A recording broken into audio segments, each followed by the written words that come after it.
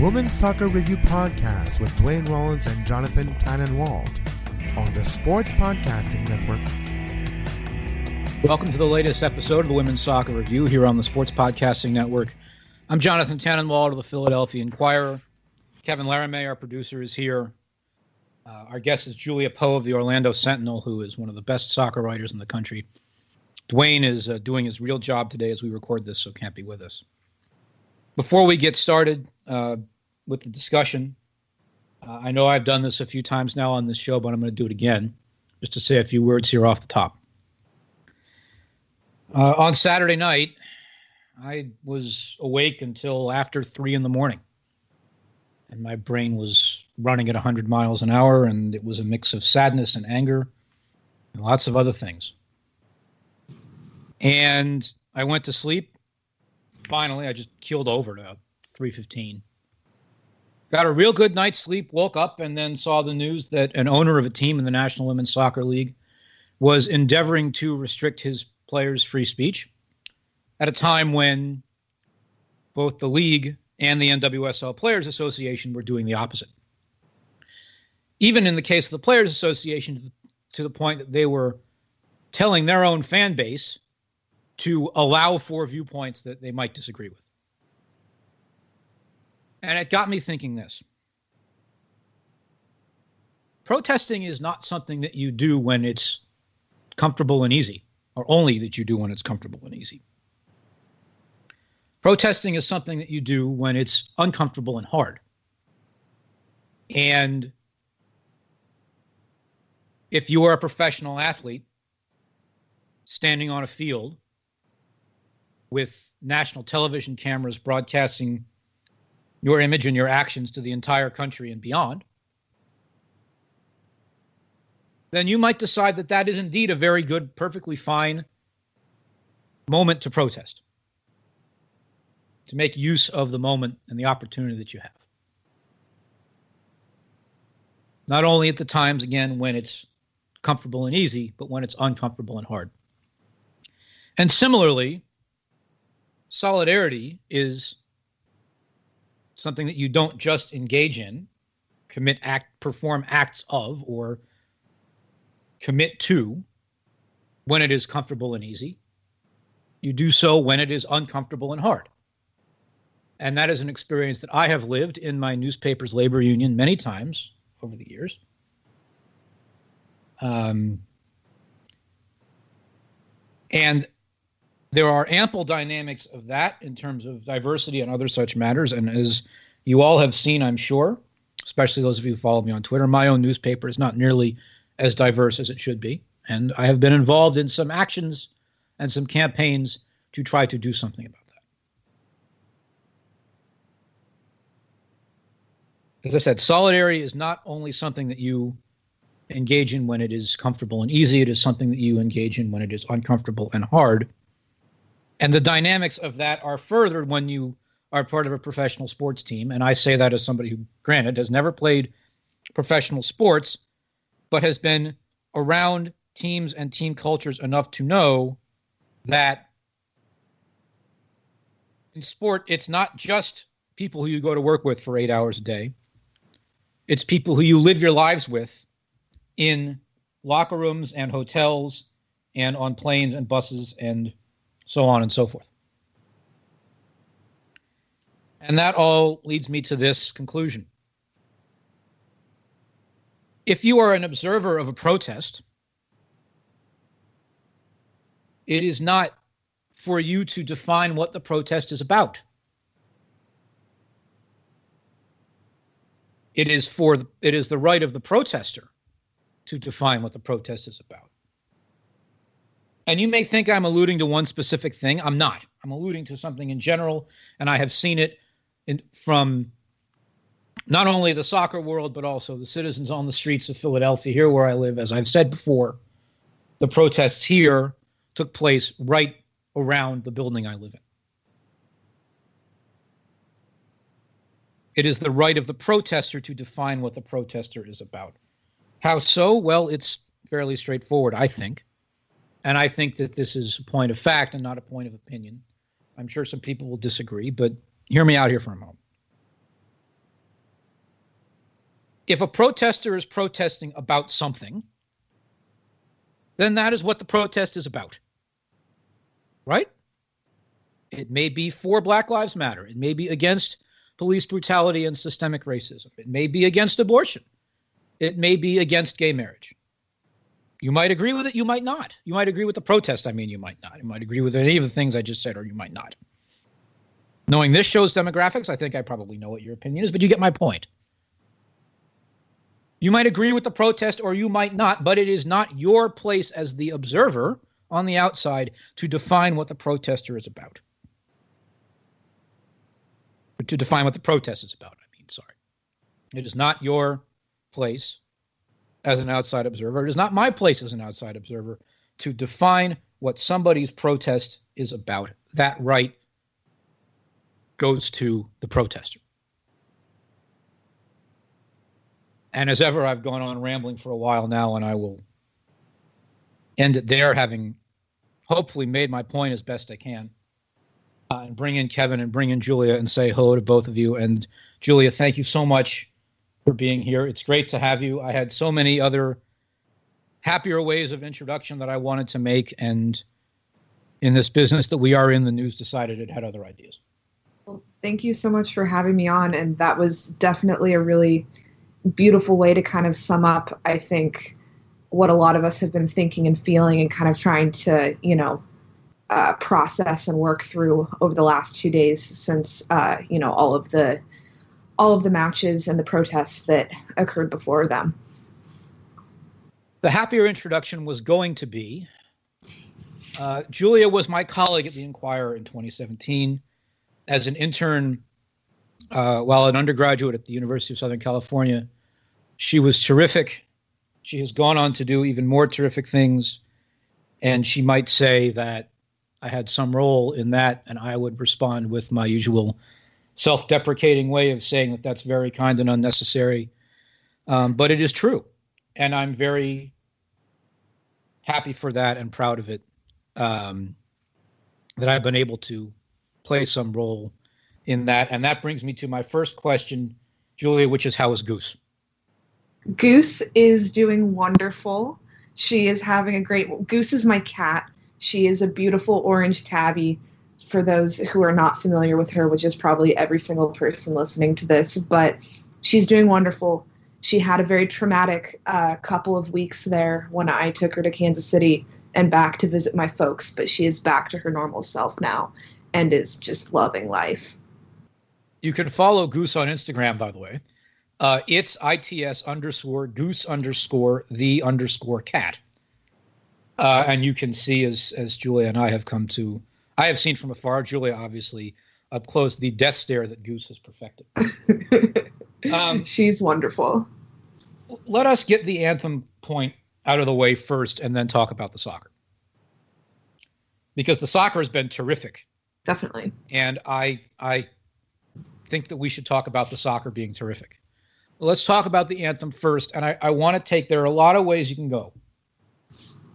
But this is something that I brought up on Twitter in the hours before we recorded the show on Tuesday afternoon. And again, we sometimes you fall into a trap comparing MLS and the NWSL. But in this case, I think there is, again, and Julia and I both cover both leagues. Julia is in Orlando, where the MLS bubble is, where the tournament will be starting July 8th. And if you don't follow her and read her stuff yet, you must, because it's just so terrific. And obviously she's been reporting too on the Pride and everything that happened with the COVID-19 positive tests there and then pulling out of the Challenge Cup. Major League Soccer Commissioner Don Garber announced a while ago that the league would not play the national anthem, or indeed anthems plural, United States and Canada, at the games at their tournament in Orlando starting July 8th. The tournament is July 8th until, I think, August 11th. And he said, why? He said, well, the players are not going to line up on the field as a health precaution, so we're not going to play the anthems. Now, there was nothing political about that at all. And MLS, speaking of the earlier stuff about protesting when it's comfortable. And there's a lot of really liberal people in MLS, don't get me wrong. But as an institution, it's not quite as liberal as the fan base. It did not make that decision for political purposes. It made it for health purposes. But it gave itself the out. And it is an out that the National Women's Soccer League now does not have. And Julia, I can't help thinking and wondering, surely if they had done the same thing, wouldn't they have spared themselves a lot of this headache? Even they would not have had the good that came of it, but wouldn't they have also spared themselves this headache?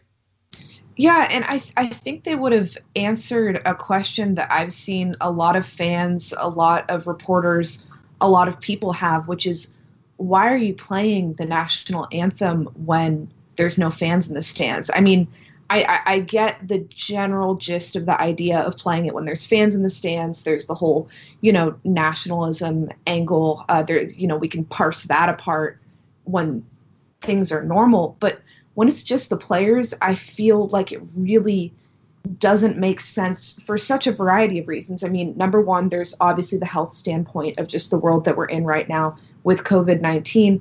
But then also so many of those players are not American citizens, are not born in America. There's no reason to put them through the questioning process of whether or not they should stand or kneel for a flag that they don't even represent as a person, as an athlete, etc. So I really was surprised to see them make that decision. I understand wanting to give your players the platform to protest, and I understand that some maybe would have felt like if you didn't play the anthem, that would have been taken away. But it really did seem a little bit unnecessary to be playing it, just when you do see players that, are not from America, that are from other countries, having to go through that decision, having to decide whether or not to involve themselves in this very, very American debate. It seemed a little odd. And, there still would have been a platform to kneel before kickoff, as they also did in addition to the anthem. But yeah, overall, it was just a little bit of a strange choice in my opinion. And I'm interested to see how other leagues, I mean, we know how MLS is going to respond, but I'm interested to see how other leagues like the NBA and et cetera are going to respond to that as they start, restarting as well. You can go read Kim McCauley's column for SB Nation on the subject. It's very well done. And Kim came at it from a certain perspective, which is that a lot of people on the farther left end of the political spectrum have said that the national anthem should not be played at domestic sporting events generally anymore. And as I said to her in a note that I sent last night talking about it, I'm on my way there. I'm not there yet. And I think people may well get there, of more than one political persuasion. But if you are expecting everybody to jump onto that bandwagon immediately, it might not happen. Because there are a lot of plenty liberal people out there who grew up going to baseball games or college sports events. And Julia, you know that better than anybody else, almost. Because when the USC marching band goes out there on the field of the Coliseum and there's 90,000 people in the stadium, yeah, that makes an impact.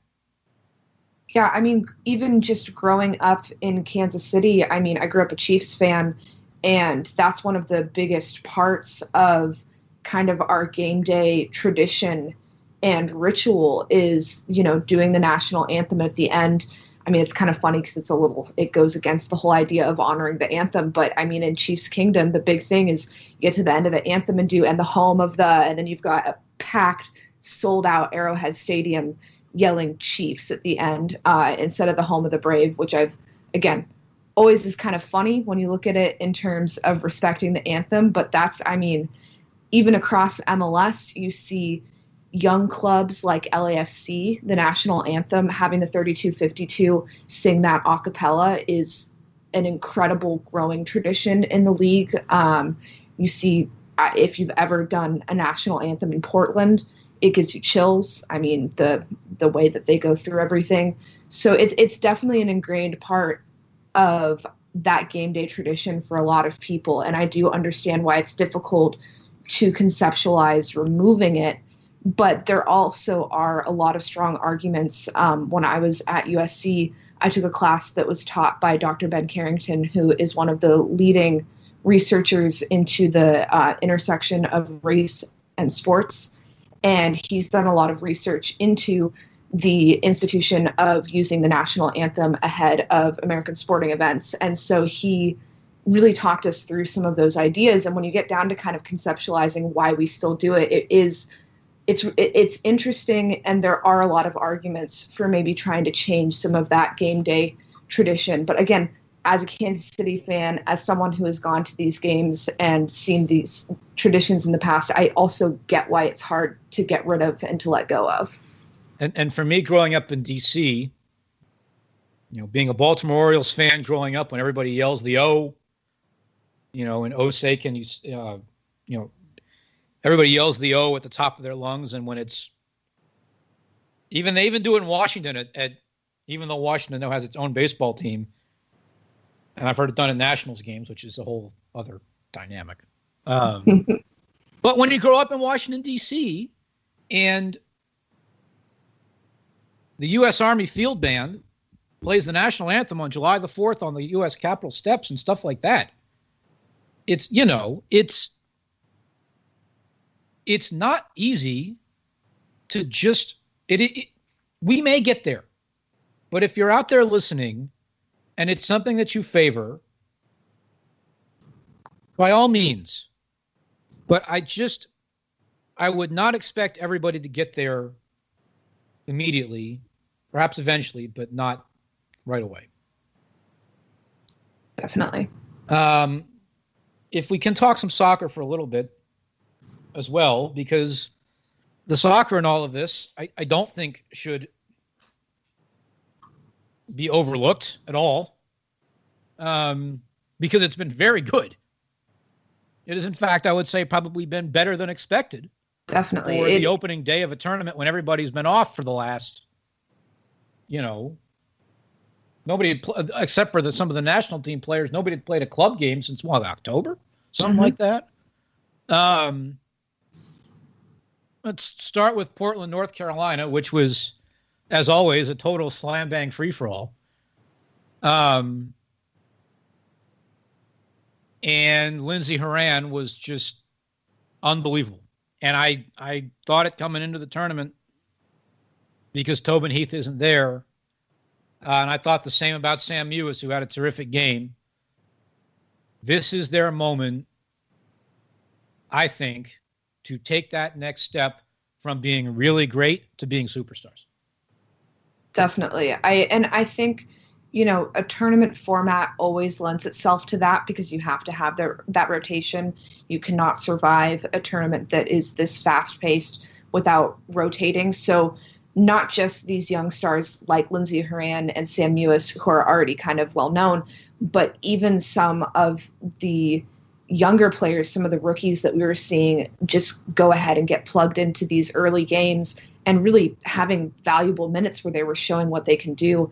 I think this is going to be a really important tournament for some of those players establishing themselves on all levels, whether they're an up-and-coming national team star or whether they're just, a really strong league player that's kind of showing what they can do in the NWSL. And I think, I mean, like you said, I was pleasantly surprised. I would have been totally okay if those first few games were just, sloppy and a little bit, if players were struggling, but the quality that they were able to put out on the pitch right from the get-go. I mean, no one played a perfectly fluid first game, but that's completely to be expected. And I thought that some of the connections, especially like you said, with Portland, what Horan and a couple of her teammates were able to do in their attacking third as far as connection and being able to really work some of those through balls where they already had that chemistry that normally takes, I would think, multiple games into a season before you start seeing having those teams clicking the way that they were. It was very fun to watch and a really fun first day. And I don't think that's just because we were all coming back from a drought of no soccer for so long. Look, and I've thought for a long time that, these players want to play, and we don't always think about it that way, but I think they showed it on Saturday. And Rose Lavelle, oh my God, my goodness, go watch the highlights if you haven't yet. And important in this way, Lavelle has done that obviously for the national team. She has not always done it quite like that for the Spirit because she hasn't been around there a lot. She only played 6 games for them last year. And this was, one of the questions that I had coming into the tournament. And you heard me talk about it with Sandra Herrera on the last show here. This is an opportunity for Rose Lavelle and Andy Sullivan to take the bull by the horns and create a partnership in that midfield that has the potential to be really exceptional.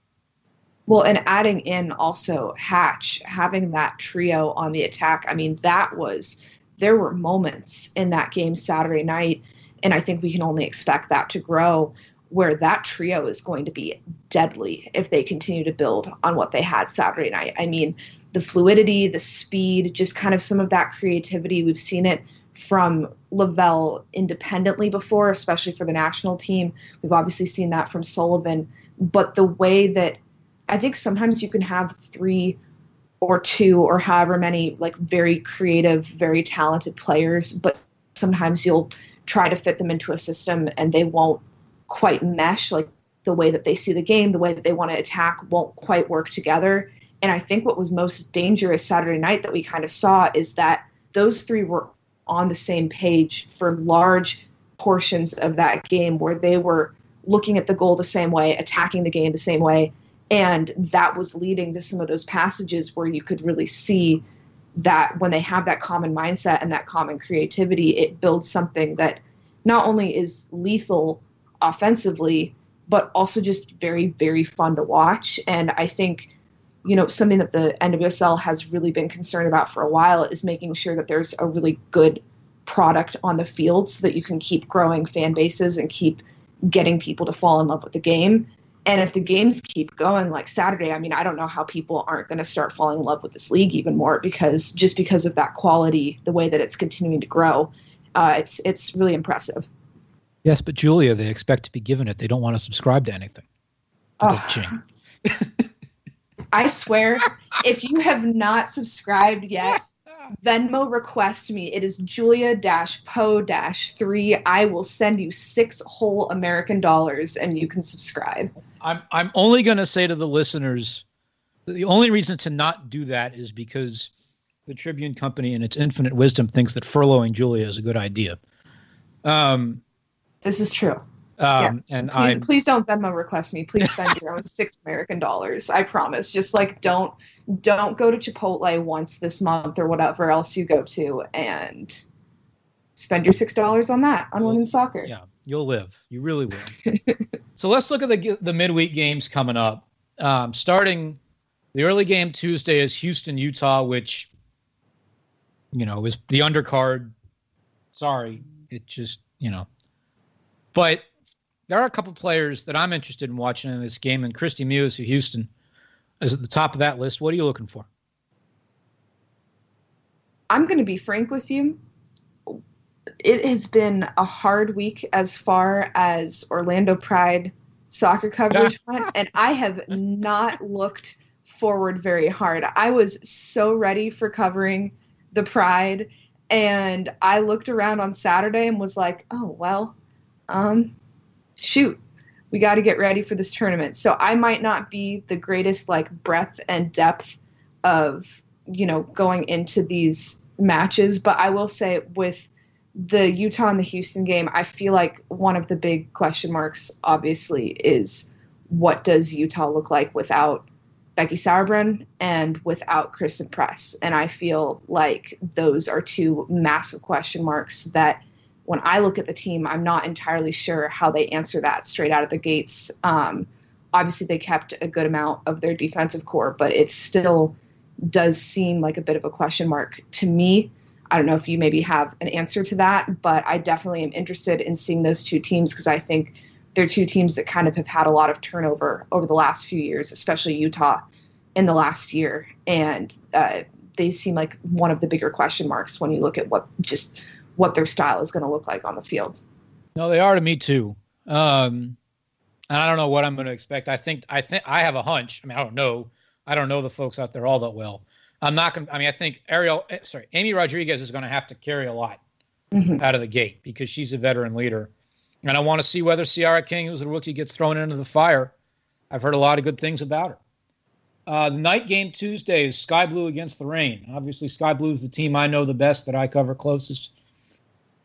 The big question is who scores the goals with Carly Lloyd and Mal Pugh not there. I think if Ioma Onumonu is going to, my hunch is that she's going to get the call. We'll see if their first-round draft pick, Evelyn Vienne, also gets some major playing time. And, of course, then you got to find out exactly what position Margaret Purse is going to play in because nobody knows yet. Right. For the Reign, obviously everybody's been talking about Fareed Benstiti, their new manager, and about Megan Rapinoe not being there. But you look at you step back and you look at this roster. Lauren Barnes, Amber Brooks, Alana Cook, who they brought in on loan from PSG. Celia Jimenez Delgado is a good player. They've got good goalkeepers, not great ones, but good ones in Michelle Betos and Casey Murphy. They've got Jess Fishlock. They've got Allie Long. They got Shirley Cruz, who I think can be quite good in this league. And then you look at their forwards, Bethany Balser, who was the Rookie of the Year last year, Sofia Huerta, who can create, Nicole Momiki, who you might know as Yuka Momiki from the Japanese national team who just came in, Jazz Spencer and Jodie Taylor. They've got players, but I have no idea how it's all going to come together. And then I know you know Jazz Spencer somehow, I think, because she used to be in Orlando, right?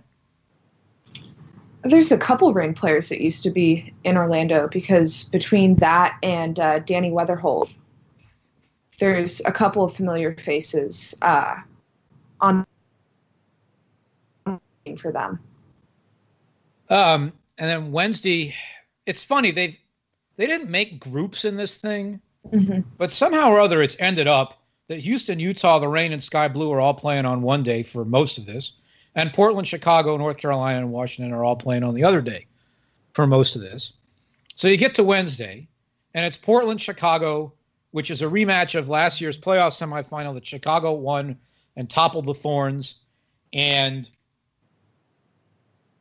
on paper, it's Julie Ertz versus Lindsey Horan, but I actually think one of the big storylines here is Horan going to play? And frankly, is Ertz going to play? Because Rory Dames has already said he's going to rotate his team a lot through the first stage here. Horan took a beating, as she tends to do, and I think she might have also taken a concussion, not that anybody's willing to admit it. So I don't know whether she's going to play on Wednesday. Yeah, I was surprised to see her keep playing through that, just given the fact that with Orlando obviously not in the tournament anymore, this first round, it's important for seeding, definitely. And I know that seeding will have a certain amount of impact for different teams. But overall, this first round is a lot about just kind of feeling each other out and getting your individual team working. I was surprised to see Horan stay in after she got clobbered in that first game. And I would be surprised to see her at least play the same quantity of minutes, especially because this first round, again, it does set up kind of a dream scenario for a lot of coaches where they can try out new things. They can give players really valuable minutes against really good opponents, but kind of in a lower risk setting before they have to get in and really be in that trial period of the single elimination round. So I would not be surprised if after this first round of matches is over, if we start seeing some kind of funky lineups, just a little bit different, some players getting some rest, some young faces getting to get out there and get, large chunks of minutes.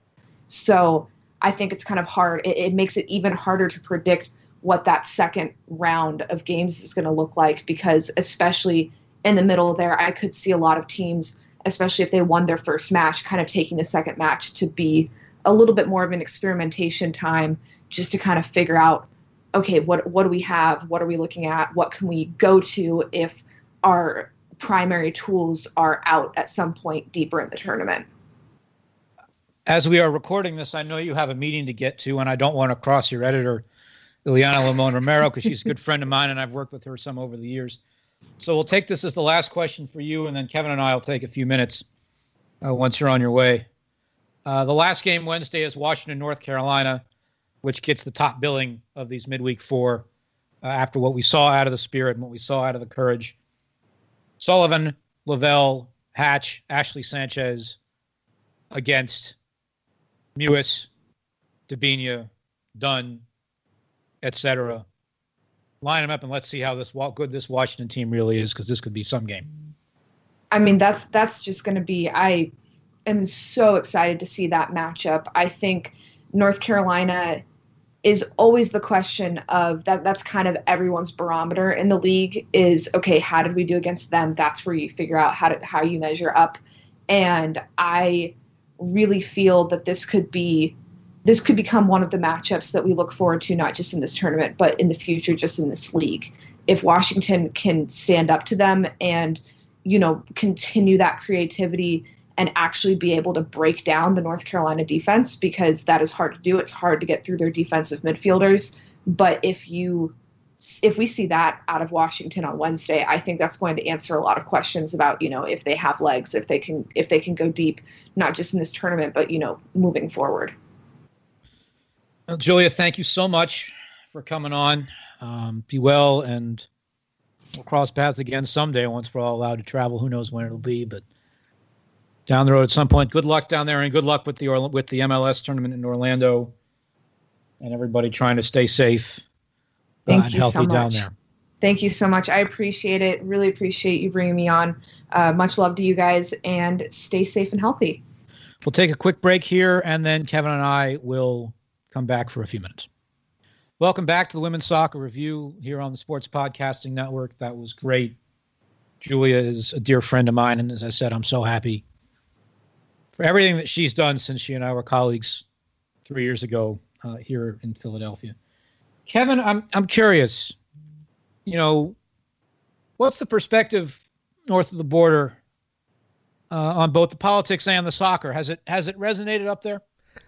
It has. The Wire articles have made some of newspapers, but more online outlets here in Canada. We have seen some TSN, Sportsnet did use the images and have articles talking about, especially with what happened with Casey Short and that situation, the kneeling and the hand gesture of course, Casey Short and all that situation. It did resonate, but of course, what I think is a shame is sometimes it resonates for the wrong reason. The controversy takes away from the message. And I want to go back to your original statement that you did to start the show today.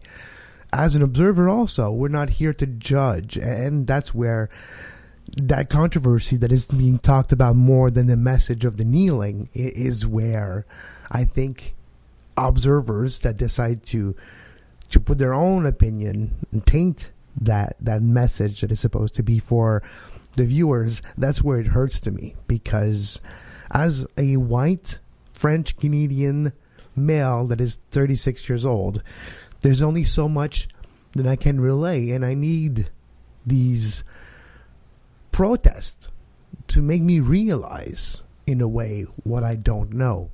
And that was really helpful, and that situation is resonating here in Canada, but also, unfortunately, the same situation of taking sides on that situation resonates also.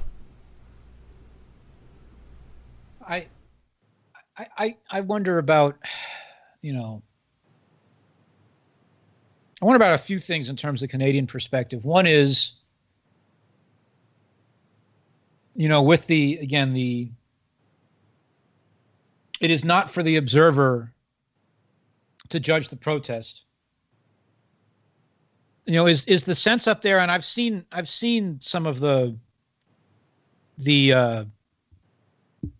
marches in Montreal and Toronto and Vancouver and so on, all of which are very diverse cities. Montreal and Toronto in particular, folks know. are two of the most diverse cities anywhere in North America and indeed the world. You know, when the protesters say, and I should have been a little more I could have been a little more specific about this earlier. If the protesters say it's not about the flag, well, maybe it's actually not about the flag, because for them doing the protesting, it's not about the flag. What is that sense up there as to what it's about? Well, I think you illustrated perfectly. If people don't agree with what you protest against, they'll find a way to divert that message. And that is the argument here. I think that's the proof is in the pudding, right? And trying to divert the situation of, you know what? Either it's the All Lives Matter, or saying, no, it's about the flag, or no, it's about police brutality or Black Lives Matter. Like you say, I think we just have to listen more. It's not us to listen to judge or to listen to reply, but we have to listen to understand. And I think that's where, as a society, we have failed. As a society here in Canada, our relationship with Indigenous is terrible. And I'm not even aware of all the Indigenous people, the different type of Indigenous people that live in my own city. I don't even know them. And that failure is on the system. That's what we mean by systemic. It's not that they decide. Anyways, I'm not here to explain whatever. I'm not here to give either to patronize anyone. But yeah, that's the problem. And we divert the messages. And we listen to reply, we listen to be right, and we listen to, unfortunately, to argue instead of listening to understand. And that is where I think even here in Canada, in the United States, and anywhere else where the protesters don't feel understood, it's because of this reason. Because people listen to them to reply or to find a way. And if you negate whatever anyone says, you might be the most patient protesters. Eventually, you'll stop talking because you're not listened to. And we're in a point where now people start talking again, and we have to listen. And I think it's unfortunate that whenever that happens, personalities, celebrities, people of both political spectrum use whatever it is politically to make gains on whatever the case may be. And we forget about humanity and morality, which is not wrong or right. Sometimes doing the right thing it's wrong, and sometimes doing the wrong thing is right. And that's where we fail, I believe. And I'm as guilty as anyone. And I think it's important what you said earlier today to remind people that it's not about how you feel about what you hear. It's about how the people talk, how they feel about what they say. And there's a big nuance there. And for folks who don't know, I should add this too, and this affects Kevin directly and me certainly indirectly as someone who has spent a lot of time in Montreal over the years. The city of Montreal and the province of Quebec are no stranger to political protest from the left or the right. This is a city that is very liberal, has a very active political left, and a province that has tried, 3 times to secede from the country, right? Twice officially with referendum, but yeah, it had over the years more, and there's been ups and downs of the ideology of separating from the entire country, but twice actually they asked the population, which is the referendum, if they wanted to secede or not. And I remember they came close a third time a few years ago, but never quite got to the referendum point. Yeah, exactly. And it leads me to ask about the anthem in this regard from the Canadian perspective. Like, I think about liberals who have very proudly sung the national anthem over the years as liberals. I think about the 2015 Women's World Cup and all the American fans who went all over Canada. And you can say, obviously, that a World Cup is a different context, and the playing of the national anthem at something like that is different from a domestic sporting event. And I think that's true. But a whole lot of people, from the American Outlaws to the rest of the stadiums, belted out the Star-Spangled Banner at the top of their lungs all the way through the 2015 World Cup. And then not so many people did in 2019 last year in France. I noticed when I was over there, by the way. I did notice that. And I can't ascribe why, because I don't know all of it, but certainly a lot of the circumstances changed in the United States in those 4 years. That's for sure. And you know well what many of them are, including the change in the occupant of the White House. Yeah, but I think, too, about the Canadian context of the national anthem, and in particular, Saturday nights at the Bell Center. That's a pretty liberal crowd that sings the national anthem a cappella after Diane Bibeau starts playing the organ, isn't it? Yeah, well, liberal. It's a bit more, let's not kid ourselves, the demographic of the Montreal Canadiens fans, I think, is fair to say, and this is not assumptions, it's from my experiences over the year. It's a bit more white, if not a lot, and of course, a bit higher in the demographic. It's closer to the 35 and 50 to 35, 65 than it is to the 18, 35, which is the demographic that is most associated with Major League Soccer or in the NWSL. Also, the 18 to 35 women and men are the demographic that is most sought off for publicity reason, marketing, and also for longevity of the fandom. But in the Montreal Canadiens, it is more white. It is oftentimes even outside of Montreal. It's not necessarily just Montreal fans. It's the entire urban area or greater Montreal area, the entire crown of Montreal, if you want to use that expression, that comes to the Montreal Canadiens fans. But yeah, it is more white. We're going to use the right terms. It is more male, more white, and more and older than the soccer demographic that I have been accustomed to in Montreal. But even I take the point, and that's fair, and I have done some of my homework on the breakdowns up there, but certainly relative to down here, I would say it's generally more liberal. I would agree. And sorry, go ahead. I would agree with that statement, yeah. And even if it's one example of many. They sing it a cappella at Whitecaps game. They do it at games, at Toronto FC games. And I realize here we go again about men's soccer on the women's soccer show. But Canada does not have a women's league yet, and that is for certainly to get into in another day as to why. That's a good show topic for down the road. But the point is that there are plenty of liberal people who do this too. And if we do get there of not playing it anymore, which we might, again, to reiterate what I said earlier, not everybody might jump on the bandwagon immediately with this one, even if they're all there eventually.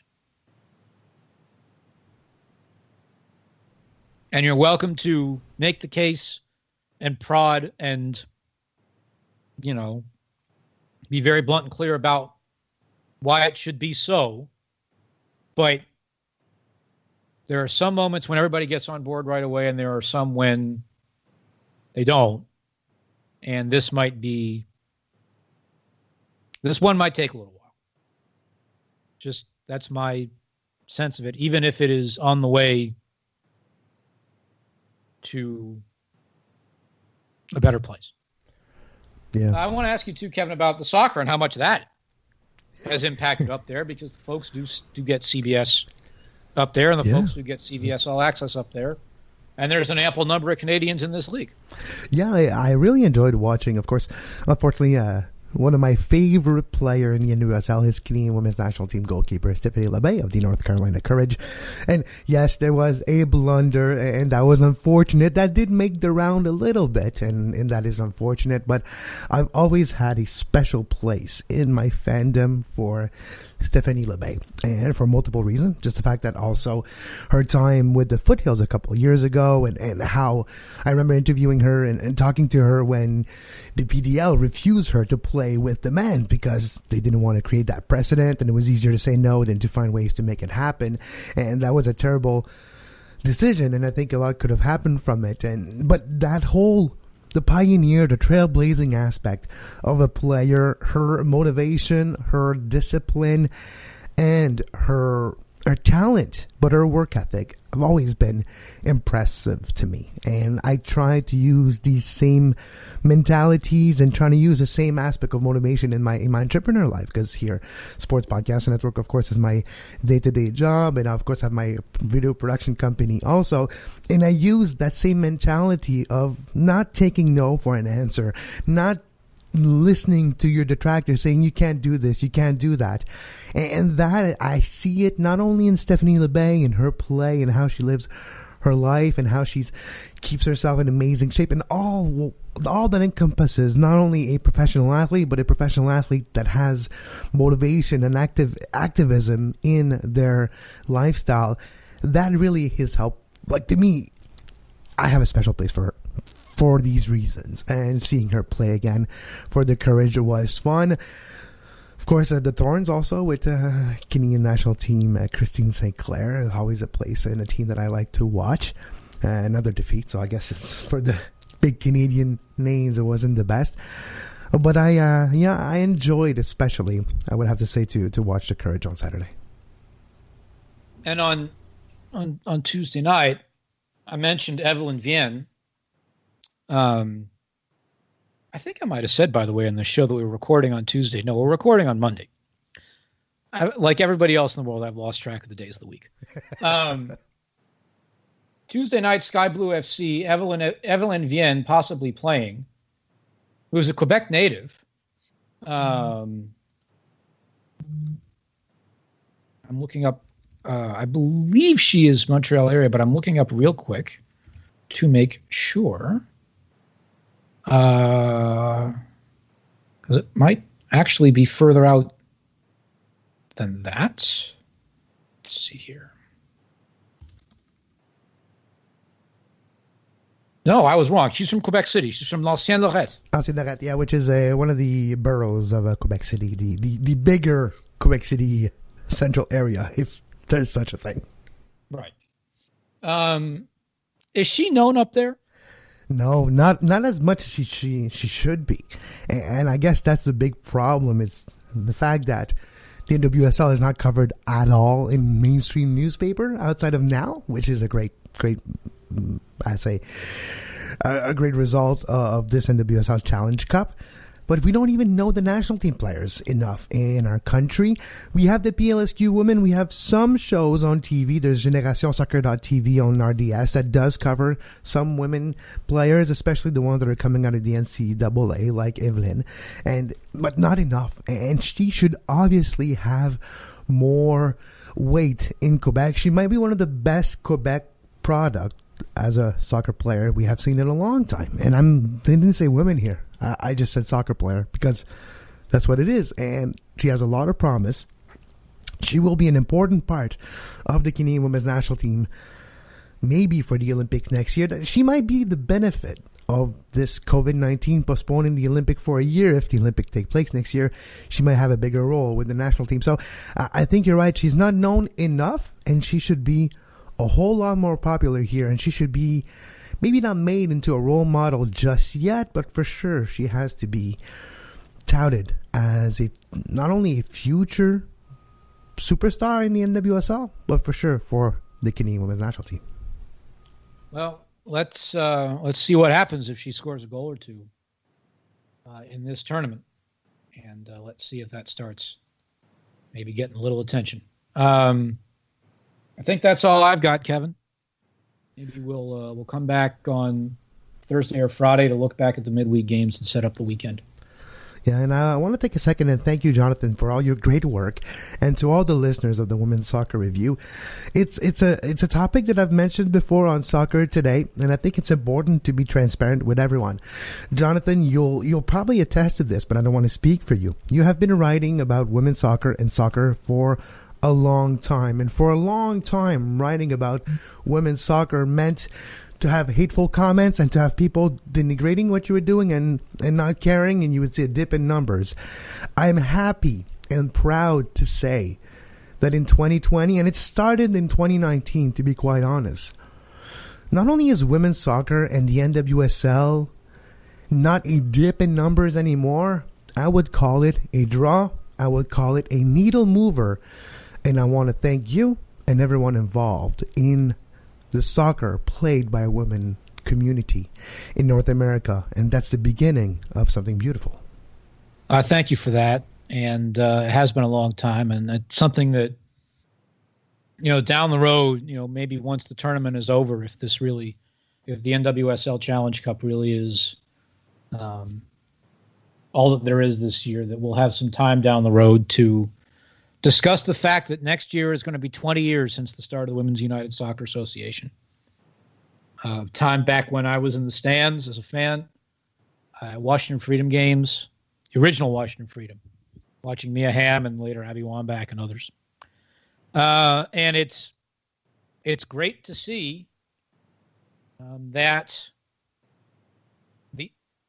I've talked about it often, as Kevin, and as the listeners know, I've talked about it often from a demand, as an economic demand matter, as there is proof that people will watch the games and they will spend their money on jerseys and scarves and hats. And if you let them go to France for a month, they're going to drink your bars dry and everything else, Or if you let them go to Canada too, as we saw a few years ago. And I'm glad to see that that is finally being proven after all these years and is being paid attention to. And look, I still get tweets and emails from people who don't like it for this reason or that. And, you folks have seen by now that I respond to some of them in Russian just to see if they're actually Russian bots. And it's some fun in it. Look, it gets annoying, but I try to treat it with a little bit of humor, because if I don't, it's just, if I don't, it's just going to drive us all crazy. One of my mentors earlier in life, and I've studied acting and theater in my high school years and after in college also.